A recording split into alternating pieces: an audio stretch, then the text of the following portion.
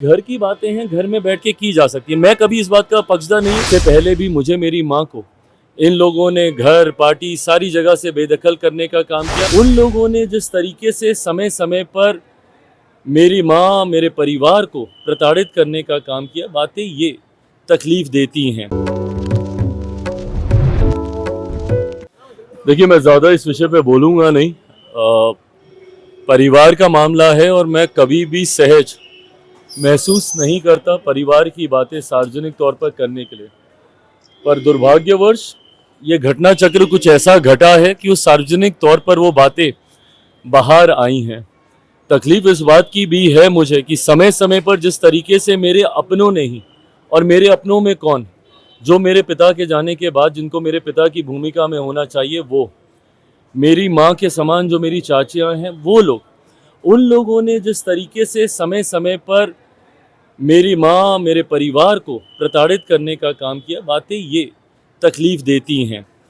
ऐसे में कुछ समय पूर्व महत्वाकांक्षाओं के लिए, कभी राजनीतिक महत्वाकांक्षा तो कभी आर्थिक महत्वाकांक्षा, इससे पहले भी मुझे मेरी माँ को इन लोगों ने घर पार्टी सारी जगह से बेदखल करने का काम किया, राजनीतिक महत्वाकांक्षाओं के लिए, केंद्र में मंत्री बनने के लिए। और आज मेरी बड़ी माँ को घर से बाहर कर रहे हैं आर्थिक महत्वाकांक्षाओं के लिए, संपत्ति पर अपनी दावेदारी पेश करने के लिए। कोई दिक्कत नहीं है, तब भी मैं उम्र में इनसे छोटा हूँ, तब भी सर झुकाकर मैंने इनकी बातों का सम्मान किया था। इनका जो फैसला था मैंने उसको अपने सर आंखों पर रखा। इन्होंने मुझे मेरे घर से निकाला, मुझे मेरी पार्टी से निकाल दिया, मेरे पिता की बनाई पार्टी का नामो निशान समाप्त कर दिया। जो जो आदरणीय चाचा जी ने कहा मैंने सब स्वीकार किया। पर आज जब मेरी माँ को भी आप इस तरीके से निकालेंगे, बेटा हूँ ना, तकलीफ तो होती है। इस तरीके से जब आप उनको बाहर निकाल देते हैं, उनकी उम्र अब वो नहीं है, शारीरिक तौर पे भी अब वो इतनी मजबूत नहीं है कि वो इन बातों को झेल पाए। जिस तरीके से उनको सदमा लगा, ऑक्सीजन चढ़ा, पानी की बोतलें चढ़ी। मैं मान रहा हूँ संपत्ति पे है भाई, आपका भी हक है, आप कर लीजिए ना अगर आपको बंटवारा ही करना है। मैं कहाँ मना कर रहा हूँ, मैं होता कौन हूँ मना करने वाला। मेरे पिता के जाने का सब आप ही हैं उस परिवार में, उनकी पीढ़ी के आप ही हैं, आप ही को ही सब करना है। अगर आपको लगता है कि परिवार में बंटवारा कर देना चाहिए, कर दीजिए, बता दीजिए सारी संपत्ति। आपके पास तो बहुत है, नामी बेनामी सब आपके पास संपत्तियां हैं।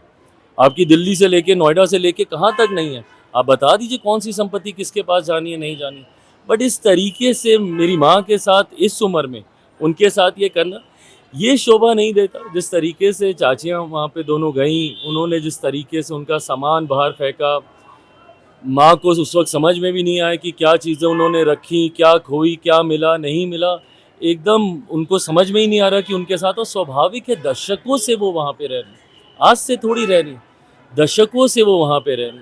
और जिस तरीके से ग्रामीणों में भी जो उनके साथ माँ के साथ लंबे समय से रहे, उनमें जिस तरीके से आक्रोश है, ताजुब तो मुझे यहाँ तक भी हुआ कि जिस तरीके से ग्रामीणों के द्वारा जानकारी दी गई, क्योंकि मुझे जानकारी में तो मेरे भी था कि हमारी चाची जो हैं वो सरकारी उसमें स्कूल में नौकरी शिक्षक के रूप में उनका एक लंबा कार्यकाल रहा।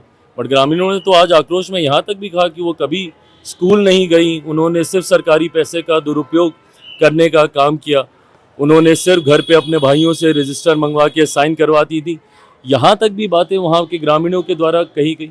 बहरहाल मेरा बस इतना कहना है कि अगर कोई भी ऐसी बातें हैं, मैंने उस वक्त भी ये कहा था 2021 में भी जब पार्टी परिवार टूटा था, कि घर की बातें हैं घर में बैठ के की जा सकती है। मैं कभी इस बात का पक्षधर नहीं हूँ कि घर परिवार की संपत्ति में बंटवारा हो, बट अगर आप ये भी चाहते हैं तो इसको भी बैठ के कर लिया जाएगा, कोई दिक्कत नहीं। अब राजनीतिक लड़ाई परिवार लड़ाई बनती जा रही है, परिवार की। भाई मुझे नहीं पता लड़ाई राजनीतिक है पारिवारिक है क्या नहीं, बट इसमें महिलाएं दूर रहें, मेरी माँओं को इसमें ना लाया जाए। आग्रह बस मैं उतना ही करूँगा अपने चाचा जी से।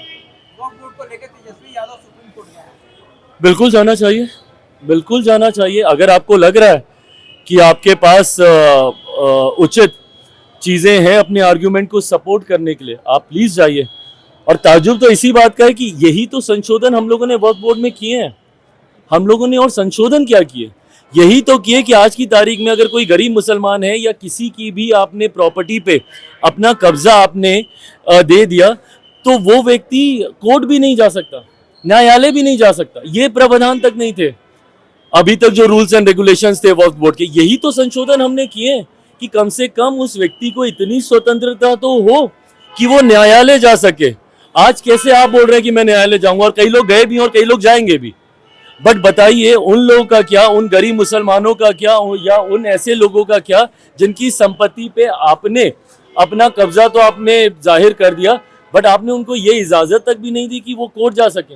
यही तो बदलाव हम लोगों ने किए वक्त में, और बदलाव क्या हुए हैं। बट इस बात को लेके ऐसा भ्रम फैलाया जा रहा है।